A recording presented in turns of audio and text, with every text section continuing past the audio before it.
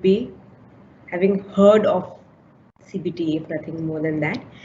So today we're going to get into the details, a little bit of details of this. I'm going to try and make it as simple as possible, but understand CBT has a lot of complexities in itself also, a lot of techniques. As it's written, it's an evidence-based approach, which means the more research that is done on it, the more evidence we have. And the more research means the more techniques that they keep finding about it. So I can't cover all, but I'll try and do justice to how much ever I can, giving time for the question and answers without having to rush through. So let's see, let's start, okay? Quick history. So all of you who've done psychology even in school, I'm sure that there would be that one chapter, remember, which was talking about the schools of thought. I think the first or the second chapter of your class 11. What were the three schools, major schools? Structuralism, functionalism, behaviorism.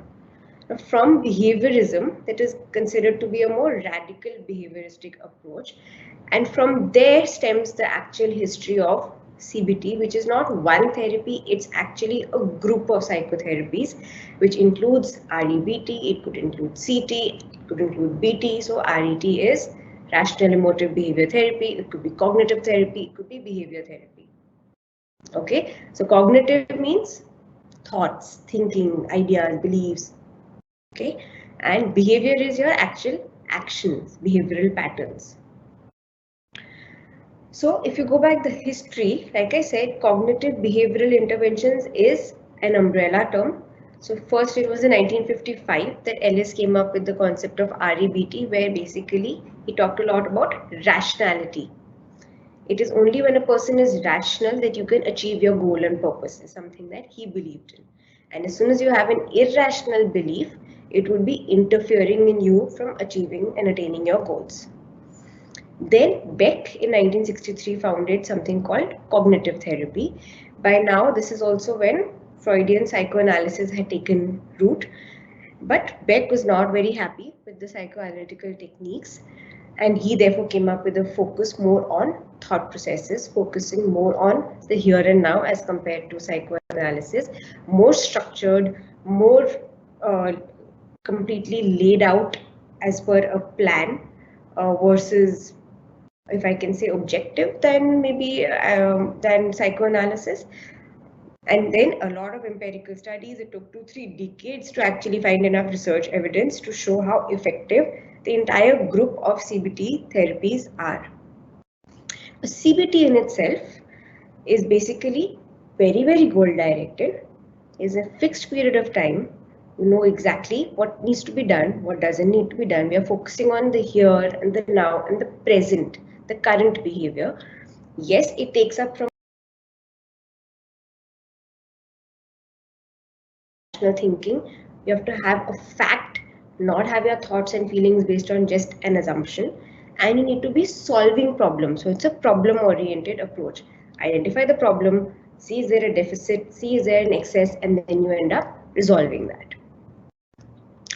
If you try and break down the term cognitive behavior therapy, cognitive, like I said, is what you think, behavior is what you do,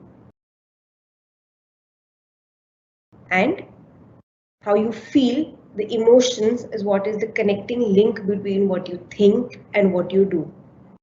So cognitive behavior therapy is all about the interdependence of these three variables. Okay. If I have to break CBT, the entire practice of CBT can be broken down into basic three components. First is assessment, where I am assessing the thoughts, the emotions, and the behavior of the person. After which I am formulating a case using some model which is also called case conceptualization. So in my head, I first plan out, put every information that I'm getting from the patient, from the patient's family. I put it into a model that explains what is happening, how it's happening, why it's happening, all the information that I can put in. And this may not happen in one session, it will happen over sessions. And then you actually come to a treatment plan where you come up with actual techniques, strategies that you can use, cognitive ones, behavioral ones, and a combination of both those strategies to help the person alleviate distress and deal with their problems. Now, this is how theoretically, for example, the assessment would be focusing on the actual symptoms, how severe are they, to what degree, what is the nature of those symptoms, cognitive symptoms hai, behavioral symptoms hai, what are the emotional consequences of these symptoms. You could use scales, you could use questionnaires, you can use self-monitoring tools, so on and so forth, to just assess first what are the symptoms, what are the signs. Then this is an example, a basic structure of, let's say, a kind of a case formulation where you go back to the person's history. What were the early experiences? How did they influence what the person believes? What are their assumptions? Critical event would be what Ila ma'am talked about, those 4 P's, remember? So what is the precipitating factor, for example, which led to, let's say, negative automatic thoughts? We will come to all of this in a little more detail. I'm just trying to show you an overall picture or what a formulation would look like, including behaviors, feelings, thoughts, bodily sensations, all of these things. And then is when you would set actual goals for treatment, which would be short-term or long-term goals, where you're also reducing symptoms and improving the overall individual's functioning. But whatever is the persisting set of thinking, the thought process that the person has, which is leading to problems, you'll also work on controlling them, so that it's not that every time there's a problem, you're only dealing with the problem. You also try and prevent the problem from occurring. So in the process, you also are preventing any relapses from happening. So now today's session, I'm going to try and break it into both two aspects, which are the cognitive and the behavioral aspects of CBT. So let's first focus just on the cognitive aspects. Basically, 3 cognitive phenomena have been focused in any kind of CBT, specifically emotional disorders. So CBT is used a lot with emotional disorders like depression, like anxiety, like mood disorders, most commonly used. Okay, not saying it can't be used in other situations. In fact, there's a lot of efficacy that's shown CBT also to be very effective with personality disorders, with schizophrenia, and so on and so forth. But let's focus primarily on emotional disorders because it also makes it easier for us to understand the basic tenets of CBT. Okay, so there are 3 aspects: your core beliefs, your schemas, and your negative automatic thoughts, which are also called NATs, N-A-Ts. First is core belief. Core belief is the deepest level of your thought processes, usually stemming back from your childhood, and they are not influenced, they're not influencing our actual, the perception of events is not actually influencing them. They are very deeply rooted, okay, and they are usually very absolute in nature. There's no scope of doubt in those sentences. I am unsafe in the world, I am inadequate, I am worthless, I am useless. So usually these are the negative core beliefs that you come across. Schema is the second type of cognitive phenomena that we notice in individuals, which is a structure. It's a cognitive structure that our mind is using to organize information in our brain. And usually it is in a form of an if-then statement. If I show my weakness, then others will reject me. I must try to excel, then others will like me, and I don't have to face my feelings of failure as a person. If I don't excel, others will hate me. Okay, so there's a should. I should do this, I must do this, I ought to do this, I cannot not succeed in something. So these are the kind of assumptions and rules that we end up creating for ourselves to deal with the world. And then we have the negative automatic thoughts. This is usually also referred to as self-talk. It's happening spontaneously, automatically. This is something that at the uppermost level of our consciousness that we are aware of these thoughts. They could be repeated words, phrases. Sometimes it's also an image which is making us decide how we act in the here and now. So I can't get up today. Why get up? There's nothing to live for. So that's something that's constantly coming in your mind each time, let's say, the alarm rings and you put it on snooze. You just cannot get yourself to get up. That's a negative automatic thought. Now Beck gave these 3 levels of cognition in 91. So automatic thoughts you discussed, core beliefs we discussed, we also discussed schemas. Something else that he mentioned, which is also called an intermediate belief, or it's also sometimes called a dysfunctional assumption, which is some attitude, some rules, some assumption, some expectation that we haven't yet articulated, we haven't yet verbalized. It's there under the surface, but yet it's influencing our negative automatic thoughts. Which direction they go in, it's decided by our assumptions.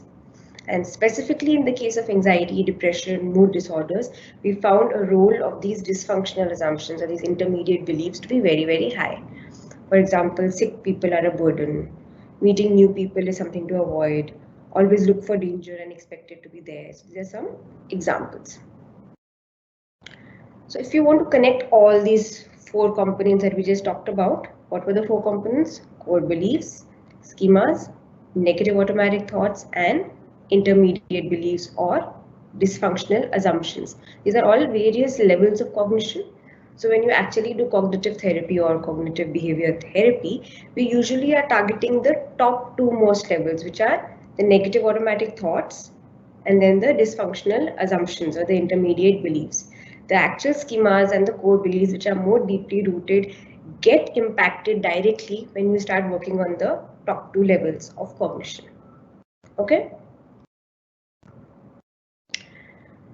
Now, some examples to show how these schemas and assumptions and automatic thoughts all show up in a patient. So let's say my schema is I am unlovable.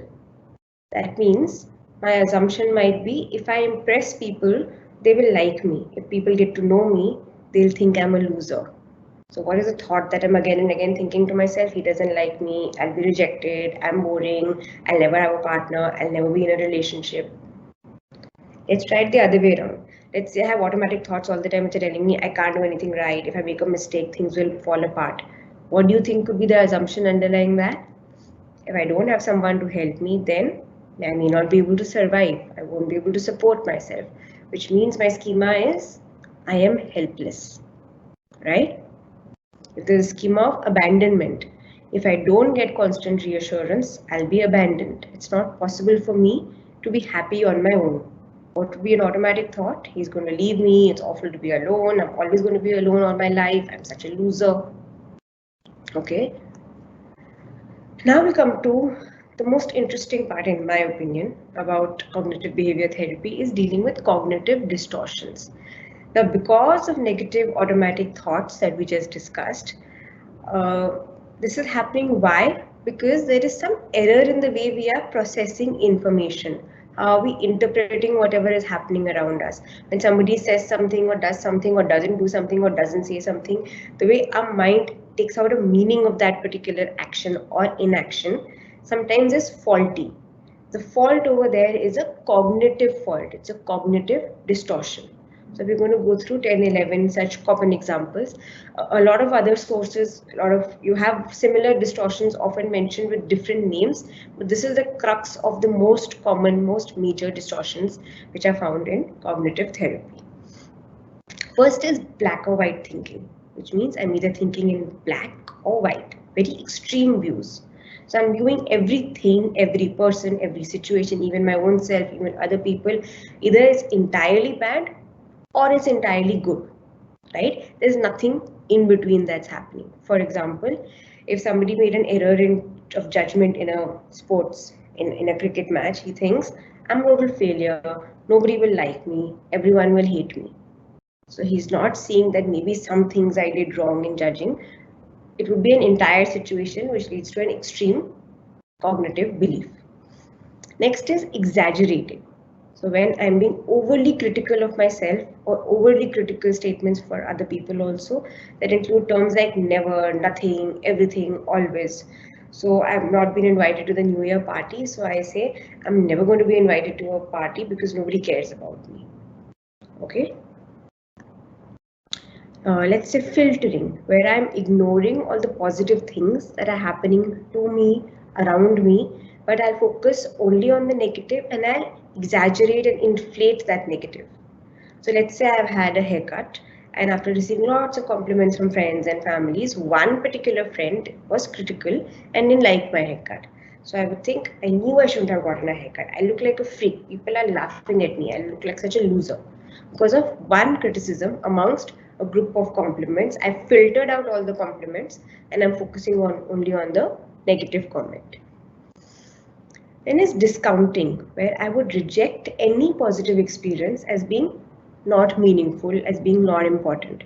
So let's say I made a nice drawing and my teacher complimented me for it, but I think anyone could have drawn that. I don't have a special talent. The teacher doesn't know anything. I don't know why she's praising me, There's nothing great in making this drawing. Like, there's something wrong with her. Okay? Catastrophizing, which is blowing things out of proportion, blowing the expected consequences out of proportion, and usually in a negative direction. So, for example, I work very hard, but I didn't get selected for the cricket team. So I say, my life is over. I'll never have any fun. People will think I'm a loser. I'm good for nothing. Okay.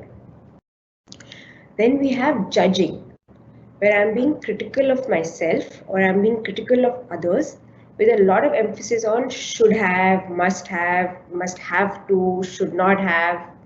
Okay. Let's say a boy took a lot of guts to go and propose to a girl that he liked.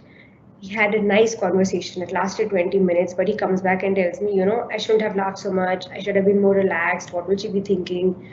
So again, being overly critical of myself and forming rules. I should not have done this. I should have done this. Forming rule books for my own self, judging my own self. And we have mind reading, where I am making negative assumptions regarding other people's thoughts, why that person did this, why the person said this, why did the person do or not do what he or she did. I am trying to read the other person's mind. So let's say I have a lot of pimples and I go for a job interview, but I don't get through. And I come back and say, I know I didn't get through because I'm very ugly. And the interviewer said that the position has been filled, but that's not true. He's just lying. It's because, I have so many pimples that he couldn't take me for the job. Okay. Then there's self-blaming, where I am blaming myself, holding myself responsible for something that was not completely in my control. So I'm not looking at the other factors which were responsible maybe for my failure. So let's say my parents have separated. They've been arguing about things for many months. And I say, my parents argue so much, it's all because of me, it's my fault. If only I had acted better, they wouldn't have to separate. I may not be the reason for their arguments, right? But I have started blaming myself. Forecasting, where I try to predict events and I try to predict their consequences will go badly. So let's say I give an exam and I come back and say, I didn't know anything, I'll never get into college. So I'm predicting the consequence, I'm giving a bad forecast. Feelings are facts. It is also called emotional reasoning. Just because I have a particular emotion, I feel a certain way, I feel like what is happening in the real world is also because of that particular feeling, or rather the feeling is determining what is happening in the real world. So feelings are facts. So my friends are busy for the weekend, I'm feeling lonely. So because I'm feeling lonely, I say no one likes me, I have a terrible personality, because just because I'm feeling lonely doesn't mean I actually don't have any friends. Okay. Labeling, a very, very common distortion, where either I label myself or other people with a name because the behavior was not appropriate or unsatisfactory. So let's say she had an argument with her parents about not cleaning her room. So she would think my parents are dictators, they're always after my life. So I've labeled them. It's not that once I didn't clean my room, every time they're always after my life. Okay, so those are basic 11 cognitive distortions that we talked about. Now we come to basic cognitive techniques that we can work on to deal with all of the schemas, the core beliefs, the assumptions, and the negative automatic thoughts which lead to the cognitive distortions that we talked about. What are the goals of cognitive therapy or cognitive techniques of CBT? Initially, in the initial phase, the only goal is to at least reduce the amount of distress that the person is feeling because of these negative thoughts. Okay, you can't immediately say, okay, you're thinking this negative, this is the distortion, let's change it to this. First, you need to reduce the amount of distress. Then you slowly, over a process of few sessions, the person will have to learn an alternative way of thinking so that then automatically the further levels of distress would be alleviated.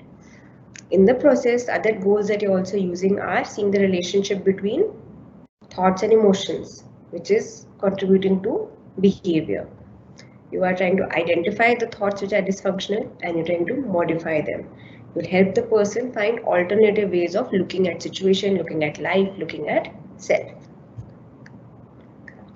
So initial phases, when we're trying to basically reduce the negative thoughts, the depressing thoughts, the anxious thoughts, the distress that the person is experiencing, you basically work on distraction. And if you're constantly being bombarded by negative thoughts, how does the person get some relief? By distracting himself or herself. So you could either give an object that the person focuses on. You could help the person start doing breathing exercises where there's sensory awareness happening. So you're distracting yourself from your thoughts. There are some mental exercises. You help them think of pleasant memories of the past. You help them create pleasant memories in the present.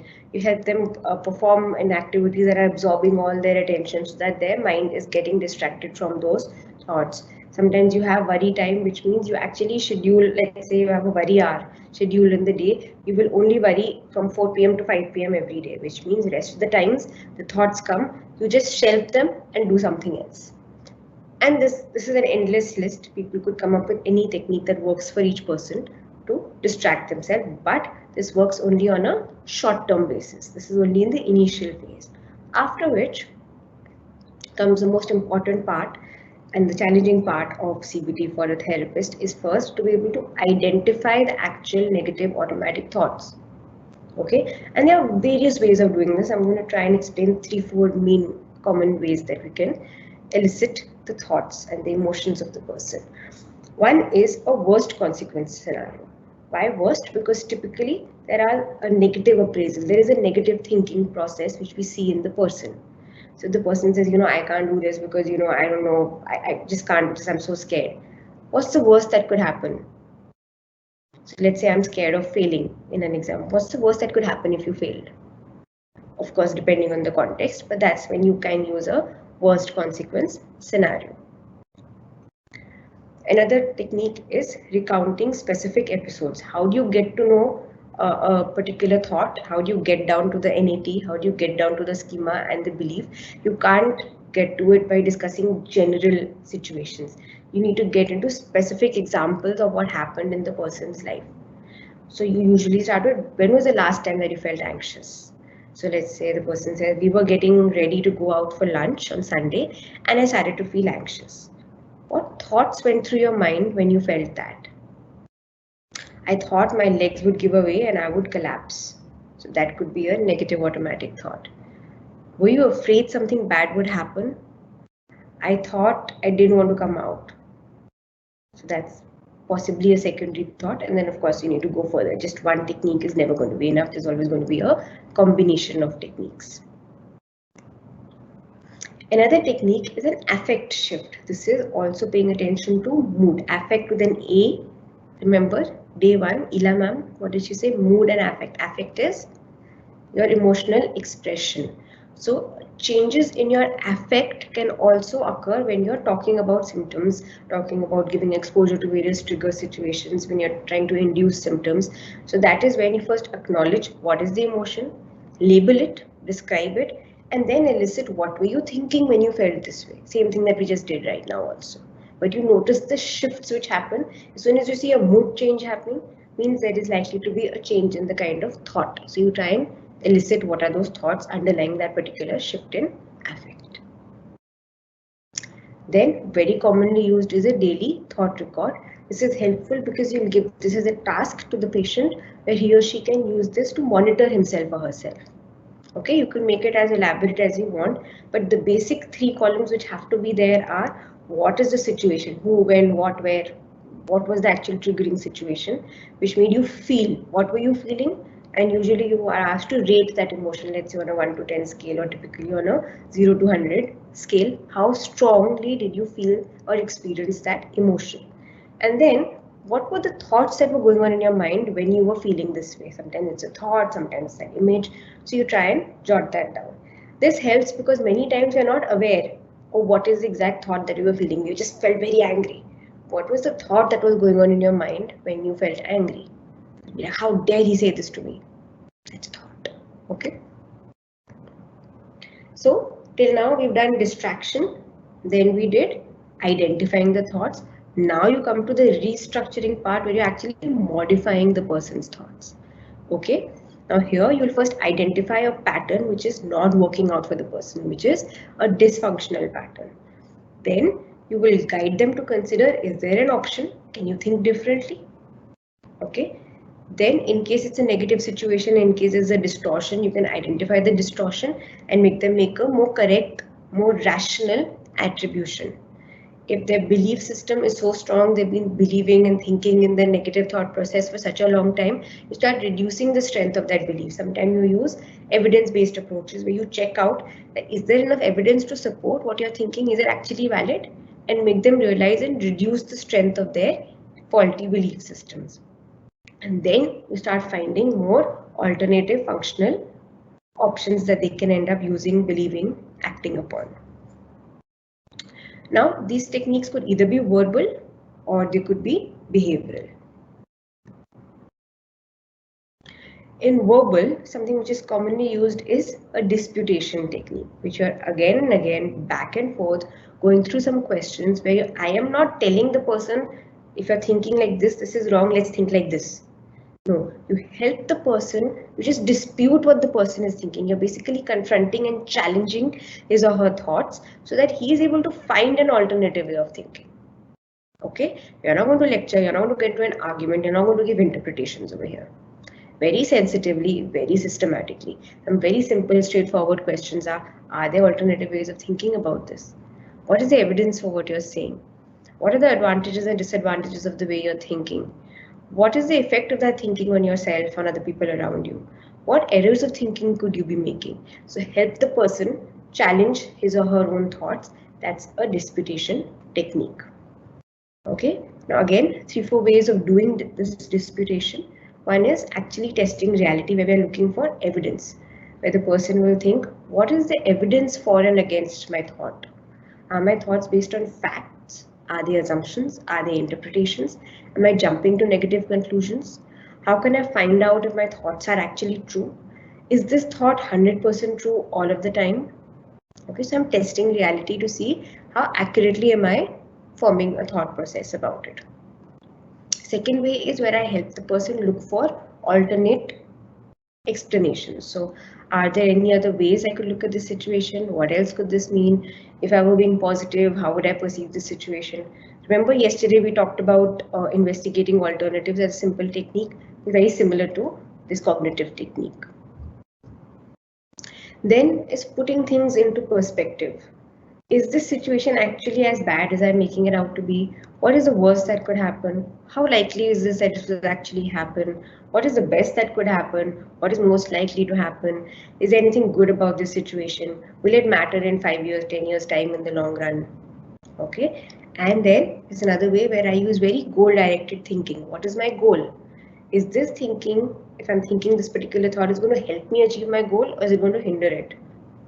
What can I do to help me achieve that goal? Is there something that I can learn from this situation to help me do it better the next time? Okay.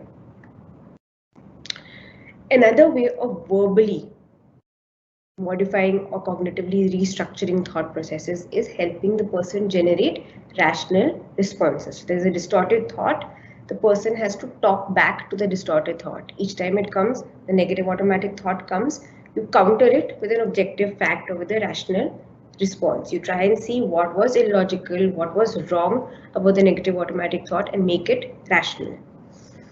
A couple of examples. So automatic thought says, I never do anything right. What is the distortion? Overgeneralization, right?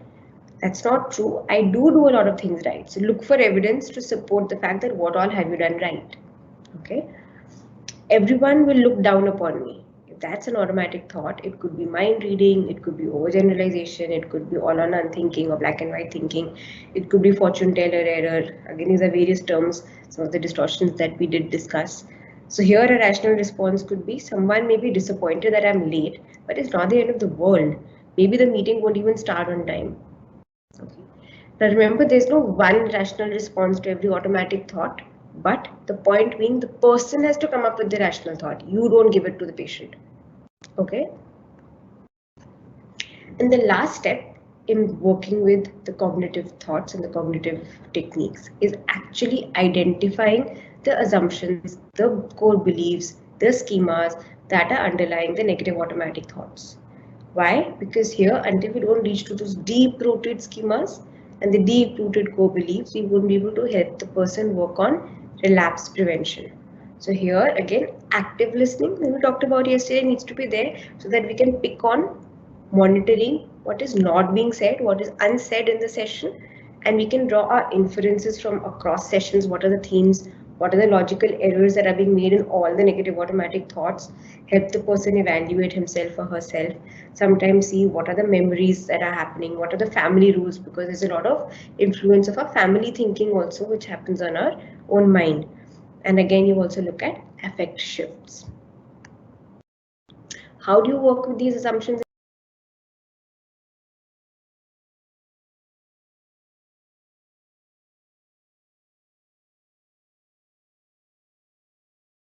And beliefs, once you actually reach these deep-rooted beliefs, there are lots of techniques.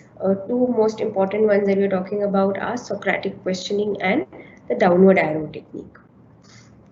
So here, it's a collaborative way. It's not you challenging the patient, not putting the person on a defensive.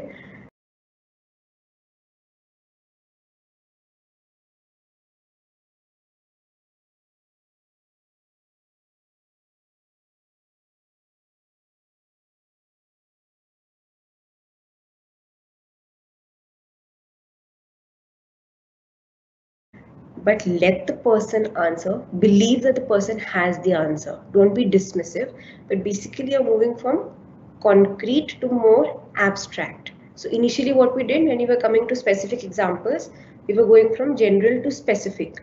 Now you're going from concrete back to abstract, so that in the end the person can actually re-evaluate, apply whatever that we got out of a Socratic questioning and create a new idea. So these are basically the four basic tools that are involved in Socratic questioning. I'll explain them through an example. Let's say the person says, what did you feel in that particular situation? I'm asking for information. Okay. I felt scared and I couldn't stop shaking. When you felt scared and shaky, what thoughts went through your mind? So I didn't say anything new. I'm investigating the thoughts, but I'm also using yesterday's technique of reflection. So the person says, I don't know, I just felt awful. Did you think anything bad could happen when you felt like that? Now I'm probing. Yes, I thought I looked stupid. So from I felt scared, I have reached a thought. I felt scared was a feeling. I have actually been able to dig down and reach a basic, hopefully a core belief, which is I am stupid. Okay, so that's an example of how Socratic questioning would be working. Another common technique is a downward arrow technique, which again is helping you delve deeper and deeper to reach that core belief that is underlying the thoughts of this person. So again, you start with the negative automatic thought and you delve deeper and deeper and deeper till you reach the core belief.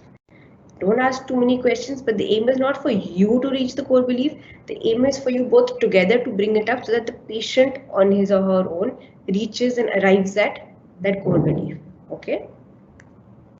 For example, if I talk, I would mess up. What does it mean about you? If you would mess up, what would that mean to you? I come from a small background. I'm not smart or fluent in English. What does that mean about the person? Everyone wants smart people around, so no one will like me. What does that mean about you if no one likes you? That I'm unlovable. I'm not perfect. There you reach a core belief. May not always happen in such short steps, but this is just an illustration. Other techniques that I'm not going to have the time to get into in detail, cost benefit analysis, where you pick a particular thought, how is this helping me achieve my goal? Then you do an analysis of cost and benefit, pros and cons, what I'm giving, what I'm getting from that situation, and then you reevaluate your thought process. You sometimes could use a visual pie chart to again evaluate your thought processes, how much is working, what all factors are you taking into account. You could sometimes use imagery techniques where you can visually imagine, visualize, and use techniques also of this is usually used along with behavioral techniques also to help you relax and at the same time reevaluate your own thought processes also. Guided discovery is similar to a combination of Socratic questioning and of the other kinds of downward arrow techniques, but here is basically you keep guiding the person, but the person is discovering the cognitive core belief on his or her own. Okay. Any questions for cognitive part? I'm going to quickly look at questions and then we will continue with. So first, when you simply, in a short-term basis, all I'm doing is distracting the person from the thoughts. On a short-term basis, this works by focusing on something else, keeping my mind busy and occupied in something else. That's it. Okay? Could be different for each person. There are some common techniques that I used. Second most important component is when we are trying to actually identify the thought, the negative automatic thought, which is the topmost layer of our cognitive structure that we talked about, right?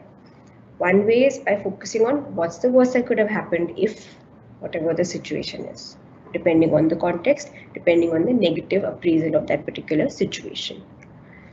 Second is going from a general situation to going back to a specific example. Can you give me an example of when you felt this way? And then you get into finding out the negative automatic thought from one particular example. Focusing on how affect and mood is changing during the session itself and utilizing that to identify a negative automatic thought. If your mood changed, what were you thinking when you were feeling this particular way? So linking mood and thought very, very directly with the patient. Helping the person go back and monitor his thoughts. What was the situation? What did I feel?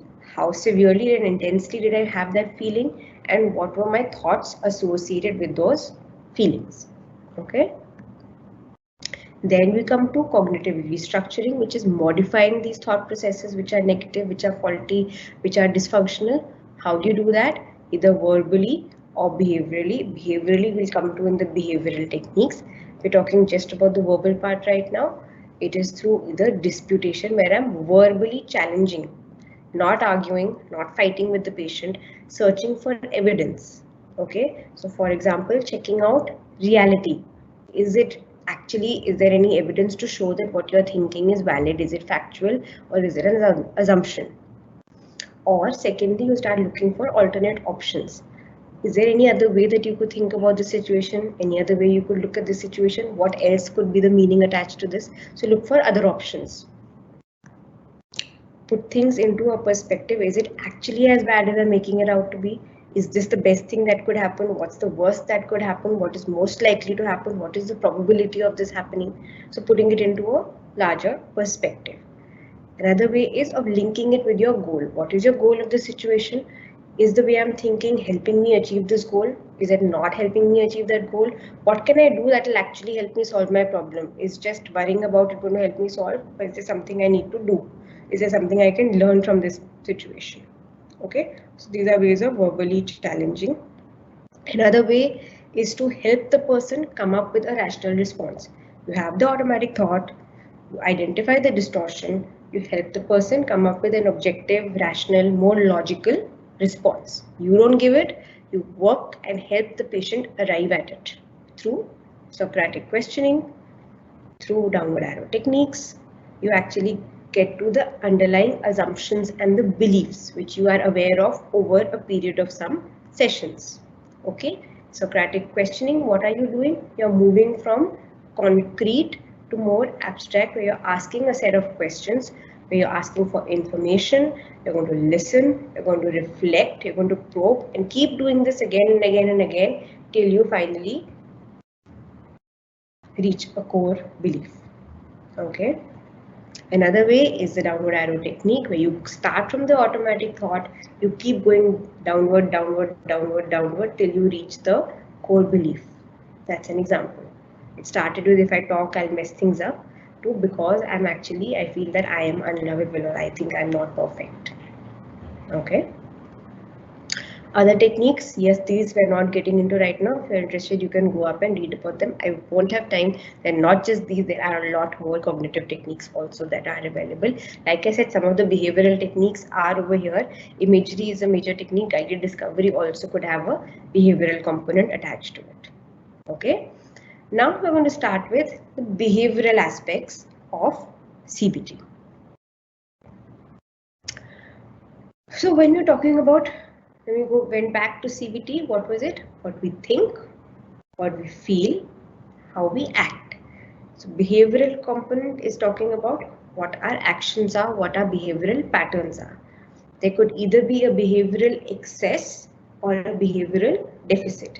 Excess means there is something in the person's behavior that is not desirable, that's happening a lot, which we need to reduce.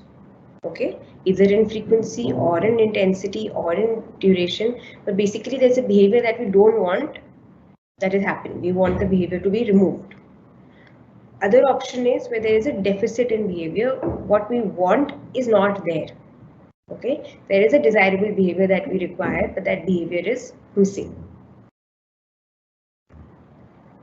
So before we actually administer a behavioral technique, you get into an actual behavioral assessment. So remember, when we talked about the 3 phases of CBT, you first talk about assessment, then you talked about formulation, then you talked about treatments, right? So even when you focus just on behavioral technique, you first start on a basic assessment where you see what are the problem areas, what are the deficits, what are the excesses. Okay, then you see how did this behavioral pattern start off? What were the precipitating factors? When did it start? What were the 4 P's? What are the maintaining factors? All of that. Then you see what is the coping mechanism. Is the person coping with this particular behavioral pattern? Is the person avoiding it? How are other people around that person reacting to this particular problem behavior? What is the consequence of these people reacting to this behavior? Okay, are there any other larger psychosocial problems of resources, of environment, of maybe trauma, of maybe past history? Is there any behavioral strength? So you basically do a complete analysis of the situation. This is the behavior, this is when it started, this is the timeline, these are the factors that are influencing this particular problem behavior that we've identified. A technique that helps us to do this assessment in more detail is something called FBA, that is Functional Behavioral Analysis, where we use a model which is called the ABC model, which is antecedent leads to behavior leads to consequence. So here you're doing a complete analysis of the who, what, why, when, where, how, all of that. Okay, so you first start with what was the situation, what was the trigger, what was the event, what was the stimulus, okay, which led to this behavior. Then you of course define your problem behavior, and then you see what are the consequences for the person, for the people around of the problem behavior. Okay. Now, techniques of behavioral modification, also called applied behavior analysis, used a lot with children, but used with adults as well, of course. Again, like we said, there's either a behavioral excess or a behavioral deficit. If there's a deficit, what will you do? You'll teach the person an alternate way of behaving. If there's a behavioral excess, what will you do? You will obviously want to reduce that target behavior. So if it's a reduction, you're reducing the problematic behavior. If it's a behavioral deficit, you are teaching the person how to replace a particular behavior with a new kind of behavior where there's a problematic behavior that exists. Okay. One technique very commonly used, which if you see in all of our lives we use it, our parents have used it, our teachers use it, we all use it, which is of reinforcement. Okay, so an example to explain that reinforcement, how does it function? Whatever action is there is a consequence which is linked to that action. If you have a change in the consequence, there is going to be a change in your actual behavioral pattern. That's the most layman simplistic way that I can explain the basic principle of reinforcement. For example, there's a situation that Madhav hits himself on the side of his head 4 times with a closed fist. Once you do a complete analysis, you understand that the function of this behavior for Madhav is that whenever he wants to communicate that he is in pain, he does this. Okay, so what is the intervention that you can do? First of all, you need to block him from hitting himself each time, and at the same time redirect his attention to, let's say, a picture communication chart which is showing him that maybe there is a sign of pain in that communication chart. What could be the replacement behavior then?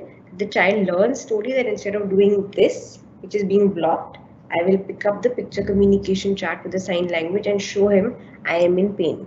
This is invariably an example of what? Can you guess? This is invariably an example of a child with an autistic syndrome or where the child is having a difficulty in communicating verbally his or her emotions, which happens in the entire autistic spectrum. Another common technique behaviorally that is used, and it's used a lot with anhedonia. Anhedonia is a technical term of a symptom which is seen in depression, where the person is feeling so low that he or she becomes very, very inactive, doesn't feel like getting up from bed, doesn't feel like doing anything.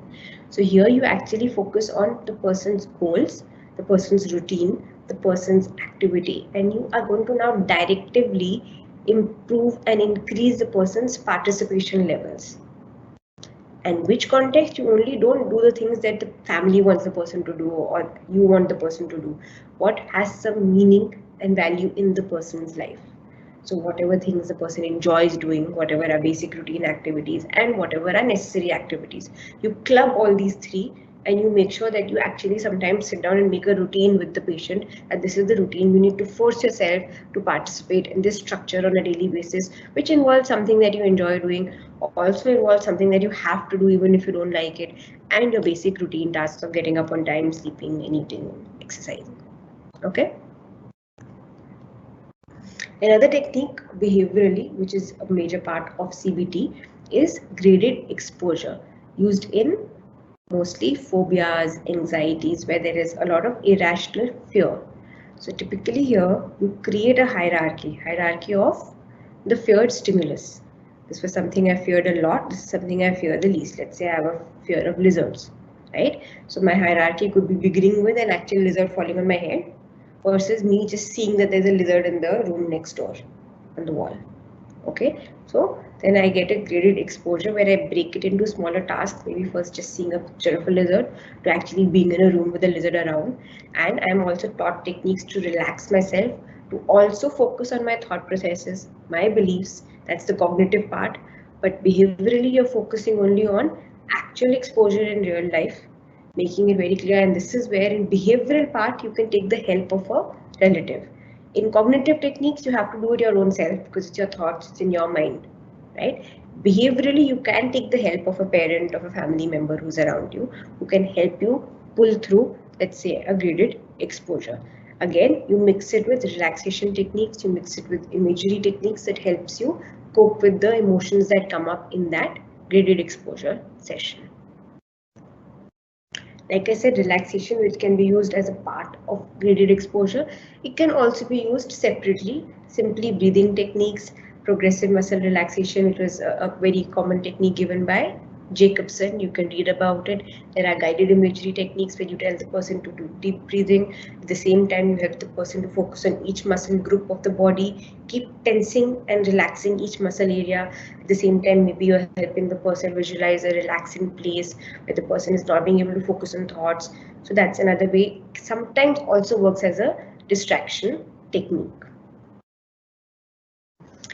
Another behavioral aspect that is used is role play, where you keep rehearsing what scenarios are there which will elicit a particular behavior. It can be used for assessment. It can be used to help the person practice to behave in a different way. Imagine if you were in this situation, how would you be behaving, and make the person actually enact that scenario over here. And the last is skills training, which is when I actually am using behavioral techniques like role plays or other techniques or even the cognitive techniques to teach the person particular skills. It could be social skills like assertiveness training, it could be teaching them negotiation, it could be teaching conflict management, it could be teaching communication styles, it could be teaching coping skills, problem solving skills, and so on. Okay. So like everybody was saying, I was going fast. So I have finished with the teaching part for today, and I wanted to keep time for questions because I know there are a lot of questions that go by unanswered. Before I switch to the questions, you can have a look. This is the references and the reading material for today's session.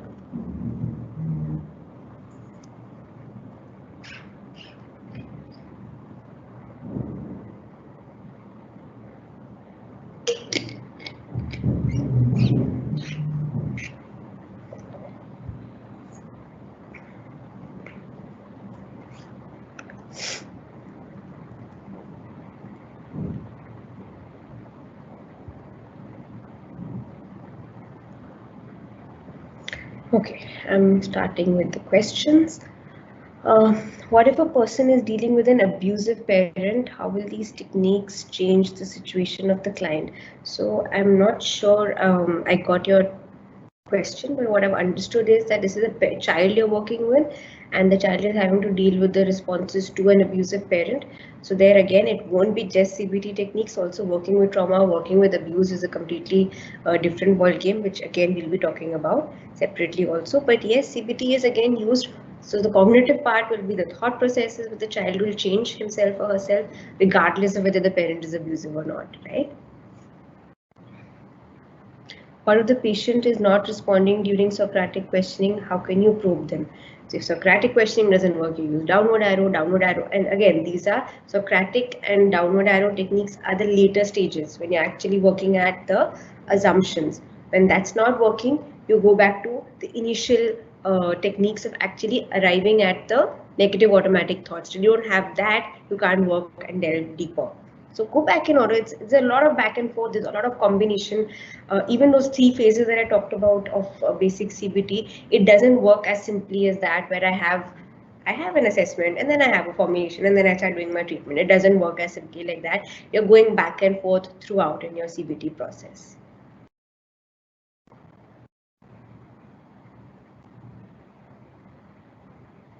Yes, I have seen people who are using virtual reality as a part of imagery techniques, though that's not what was originally talked about in CBT, but I'm sure it has some use right now, specifically in cognitive simulation techniques, again for fears, for phobias, for anxiety.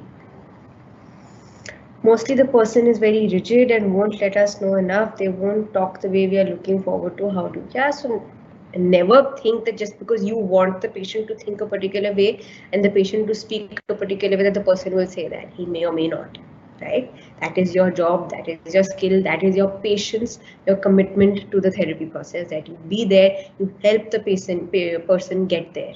You can't force it out, okay?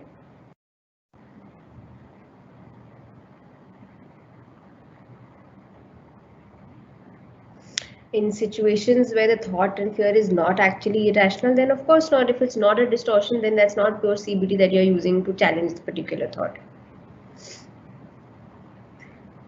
Can we use more than one therapy? Yes, of course.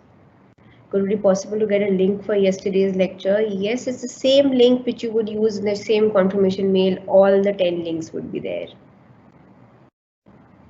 Socratic and downward technique ka difference is very minute.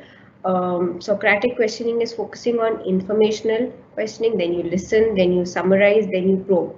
That's the order. Downward arrow, sometimes it's just the same question you're asking again and again and again, trying to get into the meaning and the crux. The goal is still the same. Invariably, you use a combination of both. Sometimes you use just one, but it doesn't have to be that you have to end up using one alone and you can't mix it with the other. That's not how it works. Thank you. If you like my way of explaining, please don't repeatedly post your questions. I've already answered virtual reality. Please don't post it again. In downward arrow technique, if we keep on asking, won't it irritate them or feel like they're being exposed? So that's why I said, even when I talked yesterday about mirroring, when I talked about reflecting, you can't go on paraphrasing and sounding like a parrot. So even here, you can't be sounding like an interrogative machine. Remember, you're a human being, you're a therapist, so you can't just go on asking theoretically, just reading out from my slides, for example. You need to be human, you need to be there within the situation in that context, having a conversation with the patient, remembering your techniques and utilizing them. Cost benefit analysis I haven't actually explained properly, but I'll again repeat just a gist. It is basically evaluating the pros and cons. If I'm thinking this way, what are the benefits that I'm getting by thinking this way? Is it helping me achieve my goal? What are the ways it is hindering me from achieving my actual goal?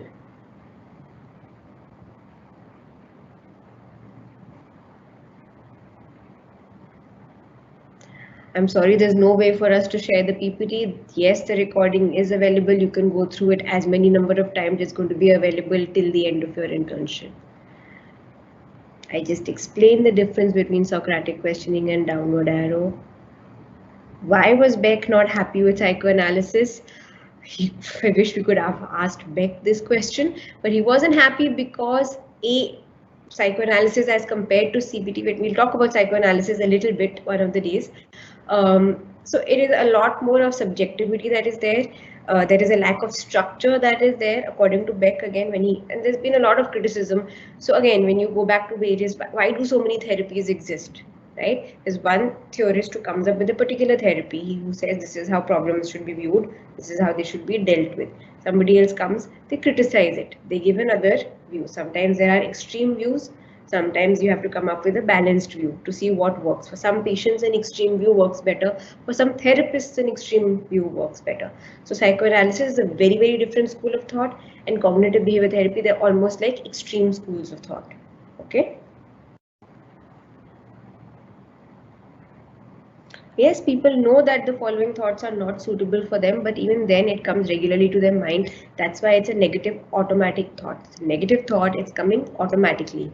If it becomes an obsession, that's something they would be so preoccupied with. They are aware that it's coming, but they are not able to control it. So there's a thin line between a negative automatic thought actually becoming a rumination and then an obsession. What are the mental disorders that CBT is used for? It could be used for, most commonly, like I said, for mood, anxiety, and depression. It can also be used for a lot of plethora of other disorders. What if the patient gets offended and angry when you point out illogical thoughts? So that's why you don't actually point out illogical thoughts. You help the patient realize that the thought was illogical. And that's why all these techniques come in handy.